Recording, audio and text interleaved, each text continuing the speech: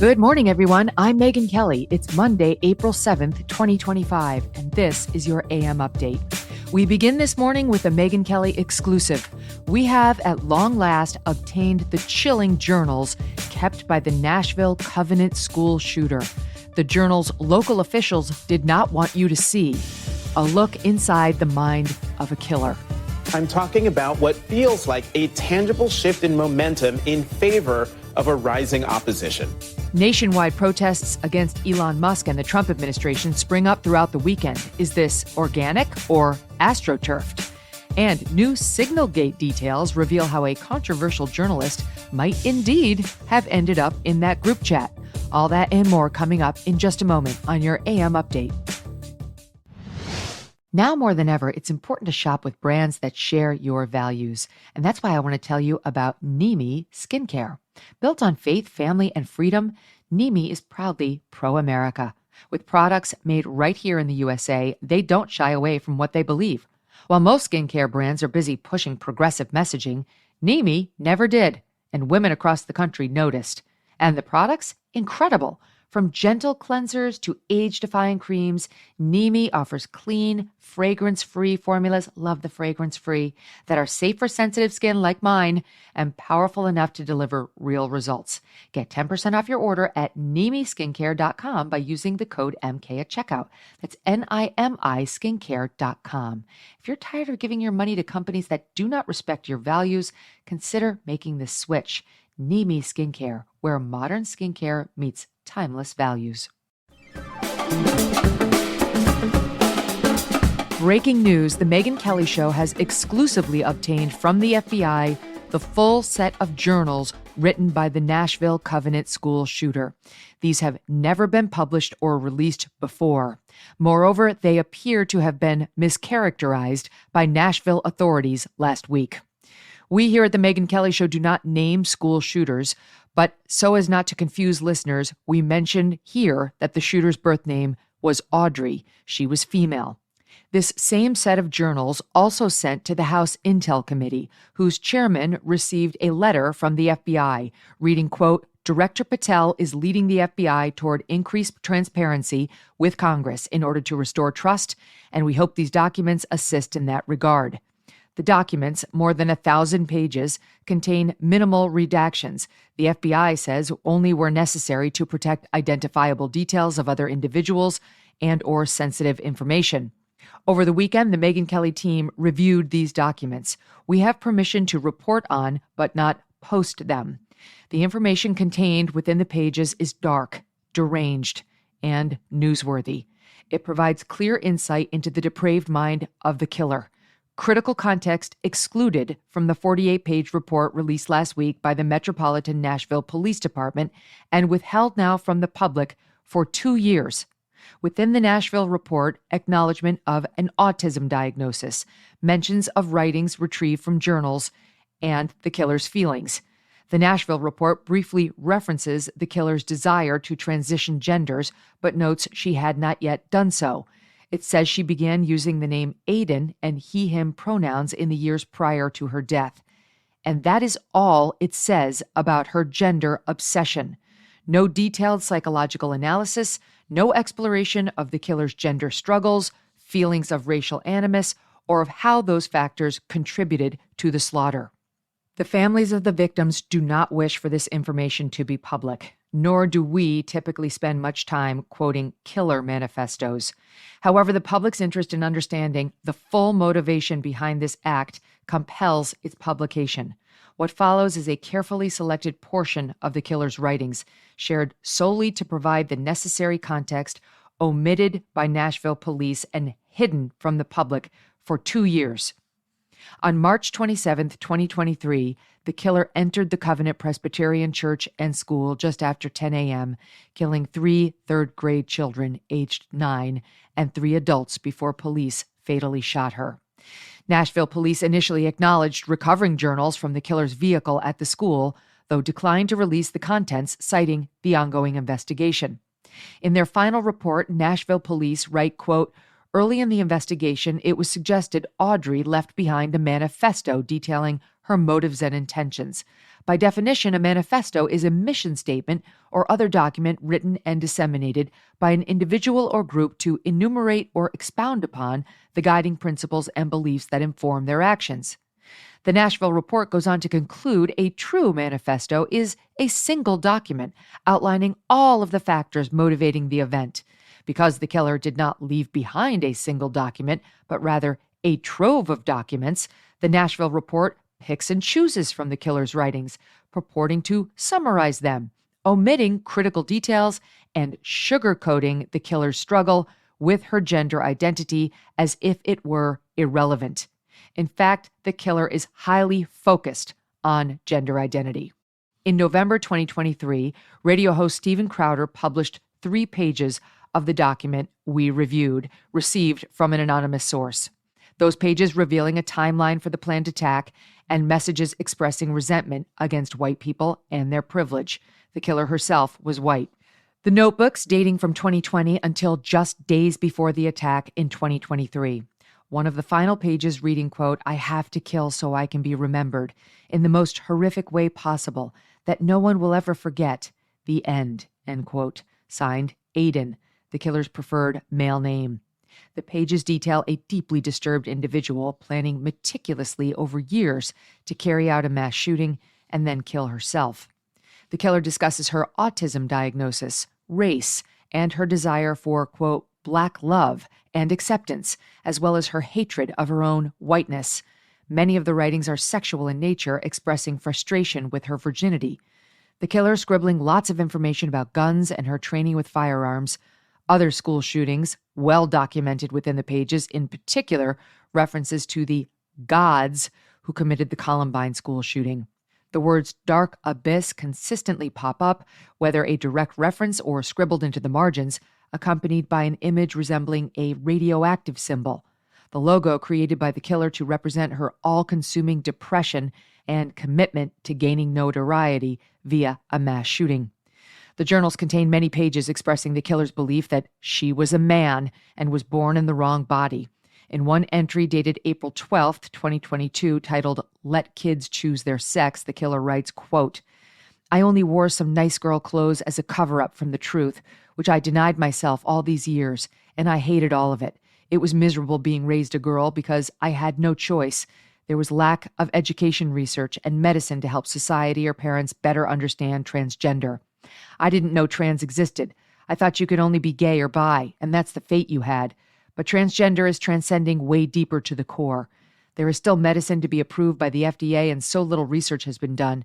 If I had puberty blockers back then, I would have transitioned a long time ago, but I didn't know you could possibly change your sex.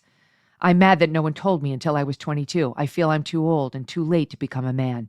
Now the process takes months to years. By the time that happens, I'm 30. And then 10 years later, I got a bald spot on my head and look like an old man. Hell no. It's best to start it at 16 for shots. But my youth is over, way past now.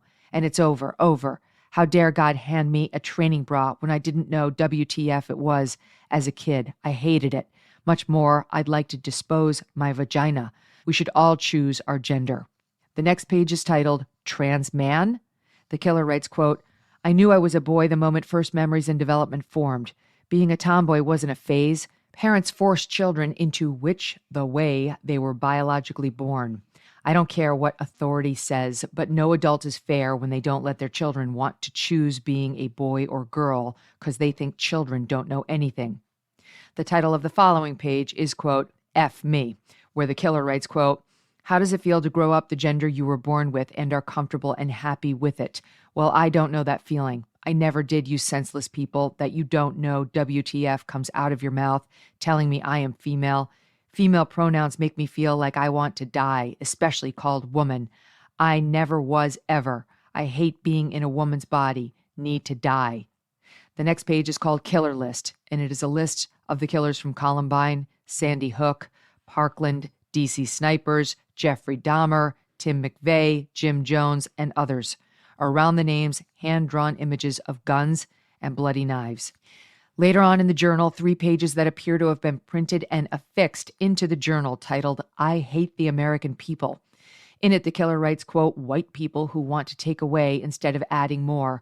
What do you call that? America is not the land of the free. It's a land full of idiots. It will only get worse in this country. Not near enough gods like me, America and its people, all destined to soon be destroyed. The entry signed, quote, I hate you all, Aiden. After she killed 6 people, the shooter herself was killed by police.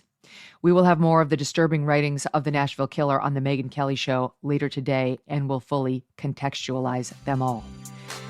Coming up, a weekend of nationwide protesting against Elon Musk and the Trump administration, a grassroots movement, or a highly coordinated left-wing activist campaign. National Security Advisor Mike Waltz somewhat vindicated for accidentally adding a reporter to a group chat involving attack plans against the Houthi rebel group. All that and more in just a moment. As Americans are getting inspired to make their health and fitness a priority, let me tell you about Dawn and the team at Jacked Up Fitness, a great American company. Their commercial-grade Power Rack Pro has everything you need to get a full-body workout from home. The cable crossover system and integrated weight stacks allow you to do hundreds of exercises, basically everything you can do at the gym. With everyone's busy schedule, having one of these commercial-grade, all-in-one Power Rack Pros right in your own home can be a game changer.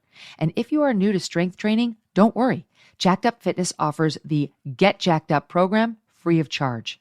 Led by celebrity fitness trainers Kim Lyons of The Biggest Loser and Clark Bartrim, the program has full body video-based workouts. You simply press play and follow along. Get started on your fitness journey today for free. Go to getjackedup.com and sign up to access the free program. And when you're ready to order your own Power Rack Pro, save 10% by using my promo code MK. No more excuses. Let's all get in the best shape of our lives. Go to getjackedup.com. Over the weekend, dozens of rallies popping up across the country, protesting Elon Musk and the Trump administration. The media openly cheerleading it. The MAGA backlash is officially here. Labor organizations, civil rights groups, veterans, LGBTQ groups, election activists, and others organized around the idea of telling Trump and Elon Musk, hands off. Do you feel it yet? Like a tremor before the earthquake? Today, in all 50 states and the District of Columbia, thousands poured onto the streets to demonstrate against President Trump's most harmful policies. His opponents are taken to the street this weekend, holding hands-off demonstrations to speak out against government staffing cuts, mass deportations, and the administration's ongoing dismantling of civil rights protections for all Americans. Rallygoers across the nation all appearing to conform to similar talking points.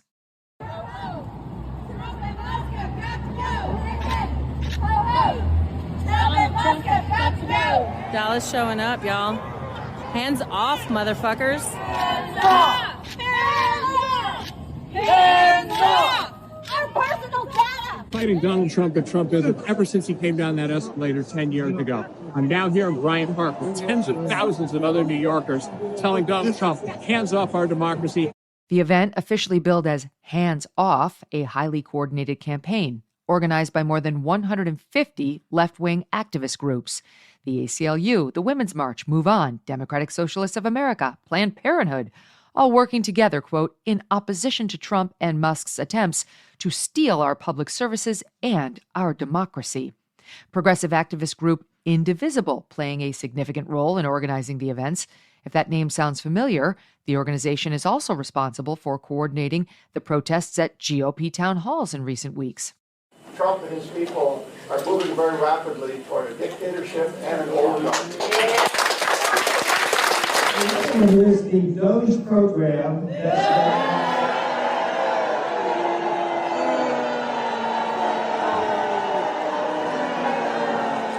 Like him or not, Elon Musk has brought a lot of really smart people. Yeah, to vote recently for the House budget resolution. Those raucous town halls also picked up by fawning media and portrayed as organic events. You see how it works? Next will be the opinion polls showing how Elon's and Doge's popularity are falling.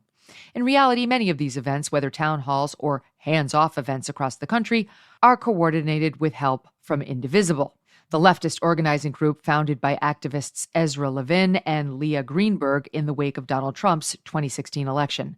The group growing into a powerful network with chapters across all 50 states, accepting more than $7.6 million in total from George Soros's Open Society foundations. They've got cash and are ready to spend it. New reporting about how National Security Advisor Mike Waltz accidentally added a reporter to a private group chat on Signal. Editor-in-chief Jeffrey Goldberg of The Atlantic generating a media frenzy with an article titled, "The Trump Administration Accidentally Texted Me Its War Plans." Mr. Goldberg reporting he was accidentally included in a chat with high-level intel officials discussing the merits of assaulting the rebel group in Yemen. Despite many calls for resignations and firings, President Trump, standing behind his national security team, determined not to give the media the satisfaction of a scalp. Reports that President Trump was more irritated that a member of his team appeared to have Trump antagonist Jeffrey Goldberg as one of his contacts than he was at the mistake of adding him to the Signal group chat. National Security Advisor Waltz maintaining that Goldberg was not one of his contacts. So you've never met Goldberg. He's out there saying you guys have met in the past, but you've never met him. No idea. Wouldn't know him if I bumped into him, if I saw him in a police lineup. Do now. Knew him by reputation about lying about the president over and over again. What I can tell you for certain, certainly wasn't reaching out or talking to him at all. Why wouldn't it? Well, look, a staffer wasn't responsible, and look, I take full responsibility. I built the group. My job is to make sure everything's coordinated. But how did the number? I mean, I don't mean to be pedantic here, but how did the number? Have you ever had somebody's contact that shows their name, and then you have somebody else's number there? I never make those mistakes. Right? You got somebody else's number on someone else's contact. So of course I didn't see this loser in the group. It looked like someone else. Now, whether he did it deliberately or it happened in some other technical mean is something we're trying to figure out. On Sunday, The Guardian exclusively reporting the details of how the mishap allegedly took place, citing 3 sources within the White House, and it sounds similar to what Mr. Waltz said.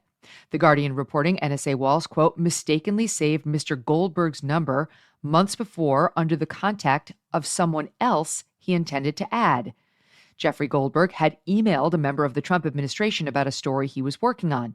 Trump spokesperson Brian Hughes forwarded the content of that email, including Jeffrey Goldberg's signature block containing Mr. Goldberg's phone number, to NSA Waltz. The Guardian reporting, quote, according to the White House, the number was erroneously saved during a contact suggestion update by Waltz's iPhone, which one person described as the function where an iPhone algorithm adds a previously unknown number to an existing contact that it detects may be related. The White House did not officially comment on the story. Mr. Goldberg saying, quote, I'm not going to comment on my relationship with Mike Waltz, beyond saying I do know him and have spoken to him. Tonight, the Florida Gators take on the Houston Cougars in the NCAA March Madness Final. On Saturday, the Gators beating the Auburn Tigers 79-73 in their Final Four matchup. The Cougars overcoming a 14-point trail in the final 8 minutes of the game, beating the Duke Blue Devils. I don't want to talk about it. Cooper, Tyrese, what happened?